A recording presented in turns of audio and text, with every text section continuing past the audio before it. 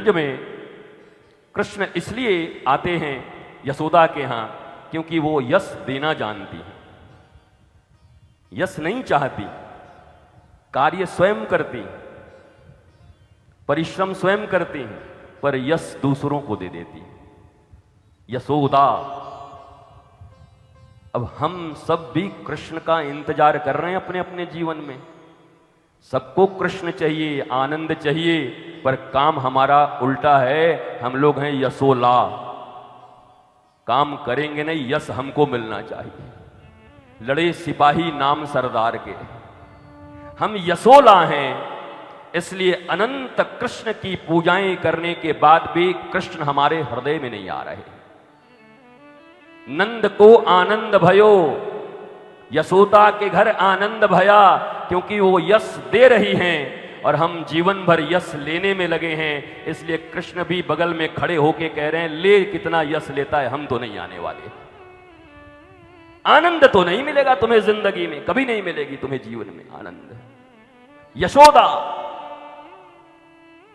और आप सब तो इतने भागवत के प्रेमी हैं और इतने दिव्य विद्वानों का यहां आगमन होता रहा है।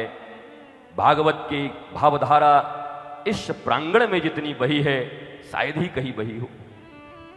भागवत के प्रत्येक श्लोकों की मीमांसा आप लोगों ने किया है। आप तो पीने वाले रसिक श्रोता हैं सब। तो यहां तो वसुदेव, देवकी, नंद, यशोदा, यहां सब देने ही वाले हैं और हम सब लेने वाले हैं। और फिर भी कृष्ण का इंतजार है। करो, कोई बात नहीं।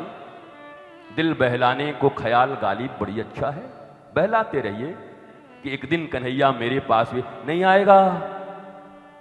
ध्यान से सुन लो, यशोला से यशोदा बने बिना कृष्ण किसी के आंगन में खेलने को राजी नहीं है। जब तक जीवन में दूसरे के किए गए कर्मों और उसका यश लेने की वृत्ति हमारे तुम्हारे भीतर जिंदा है, तब तक कोई कृष्ण, कोई परमात्मा, कोई आनंद आपके जीवन में आने वाला नहीं है। और जिस दिन यशोदा बन गई, दूसरे को यश देना प्रारंभ कर दिया, उसी दिन भले ही आज दूसरा दिन हो भागवत का, लेकिन आज ही चौथा दिन बन जाएगा नंद घर आनंद भयो, जय कन्हैया लाल की, हाथी घोड़ा पाल की। जिस दिन यशोदा बन गई उसी दिन जन्म हो जाएगा कृष्ण का, उसी दिन कृष्ण आंगन में आ जाएंगे। यह एक प्रक्रिया है, यह कोई कथा नहीं है कि कथा सुने जा रहे हैं आदि पूर्वजों से। दादी ने सुना था, परदादी ने सुना था, मम्मी ने सुना था, अब हम सुनेंगे, फिर हमारे बेटे सुनेंगे, पर करेंगे वही जो हमें करना है। यद्यपि मैं इस बात को मानता हूं कि कथा सुनना भी बहुत बड़ी बात है, क्योंकि सद्वृत्ति के बिना क्या बलदेव की जनसंख्या इतनी ही है? क्या बलदेव में इतने ही लोग रहते हैं? इसलिए निराश मत होइए। एक सीढ़ी तो हम सब चढ़ी गए हैं।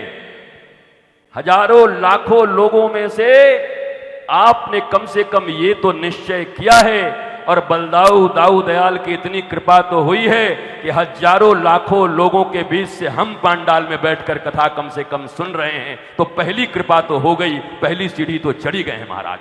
अब आगे भी चढ़ेंगे, जब एक सीढ़ी चढ़ गए तो आगे भी चढ़ेंगे। मार्ग सही है तो लक्ष्य भी प्राप्त होगा। अगर सही मार्ग पर निकल पड़े हैं तो लक्ष्य भी मिल जाएगा। मेरी माताओं, मैं आपको देखकर इतना आह्लादित होता हूं, और अंतर मन से तो मैं एक छोटे से बालक की तरह आपको साक्षात, आप सब गोपी भाव, राधा रानी की सखी का भाव ही मेरा रहता है। यशोदा भी आप हैं, तो आपका आशीर्वाद भी मुझे मिलते रहता है। पर हर पुत्र ये चाहता है कि अगर मैया उसको प्रेम करती, उसको आशीर्वाद देती है, तो बेटा भी अपना हृदय निकाल के अपनी माँ को समर्पित कर दे। इसीलिए ईमानदारी से जिससे आपके घर में आनंद हो जाए, वही इन 7 दिनों में मैं कहने वाला हूँ। हमारी हर मैया के घर में आनंद हो, कृष्ण का आगमन हो, बलदाऊ का आगमन हो, उनका घर परिवार आनंदित हो जाए। ईमानदारी पूर्वक जो जो चीजें प्रस्तुत कर सकता हूं अपने हृदय से, वो करने का प्रयत्न करूंगा। धैर्य आपको रखना है, आनंद आपको रखना। अब धैर्य क्या? कोई रेलवे के लाइन पे खड़े हो, ट्रेन आके कोई काटने वाली है तुमको। कई लोग कहते हैं वाह वाह आपने बड़ी धैर्य से कथा सुना, ऐसा लग रहा है फांसी पे लटकाए हुए थे और आप उसके बाद भी भगत सिंह बने हुए थे देश के लिए कि हम भगत सिंह हैं हम। महाराज आराम से पंखा चल रहा है, भगवान बलदाऊ के प्रांगण में बैठ करके कोई आ करके भगवत कथा श्रवण करा रहा है, उसमें भी एहसान जताओगे क्या? हमारा देखे धैर्य, हम लोग कथा सुन रहे थे, ओ हो, इसमें कौन सा एहसान है? कहो भगवान की ऐसी कृपा हुई है कि लाखों लोगों में, देखो प्रांगण में आ गए हो तो छोटे मोटे चीज के लिए मत आओ। और आप सब जो देख रहे हो देश विदेश में जहां भी, आपको भी यही कह रहा हूं, बैठे बैठे टीवी चला के जो देख रहे हो, आप भी छोटी मोटी बातों में मत मानो। इतने विराट परमेश्वर के आंगन में हो, इतने विराट परमेश्वर की कथा मंडप में बैठे हुए हो, तो छोटी चीजों से काम न बने। देखो उपासना कोई कर रहा हो, व्रत कोई कर रहा हो, इससे ये निश्चित नहीं होता कि वो धार्मिक ही होगा। इस संसार में रावण से बड़ा कोई उपासक नहीं था। वेद वेदांत सिद्धांत यज्ञ हवन रोज ही चलते रहता था लंका में। उपासक तो ऐसा था कि हनुमान जी जब खोजने के लिए गए तो उनको भी एक पल के लिए संदेह हो गया कि यार राम जी को कुछ पहचानने में गड़बड़ हो गई क्या? ये तो बड़ा बढ़िया आदमी है, चारों तरफ यज्ञ चल रहे हैं, आदमी जहां तहां देखत अगणित योद्धा, मंदिर मंदिर प्रतिकर सौदा, वहां यज्ञ चल रहा है, यहाँ दान हो रहा है, यहाँ पर हमने अभी देखा भोलेनाथ का रुद्राभिषेक चल रहा है, अरे ब्रह्मा जी आए हुए हैं, यहाँ पर आकर के वेद का पाठ चल रहा है, जरूर राम जी को कोई कंफ्यूज कर दिया है, रावण ऐसा नहीं हो सकता। हनुमान जी कंफ्यूज हो गए।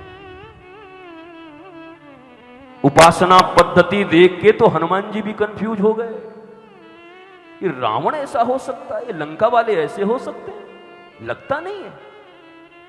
उपासक तो थे पर धार्मिक नहीं थे। उपासना करने वाला धार्मिक हो यह जरूरी नहीं है, ध्यान दो।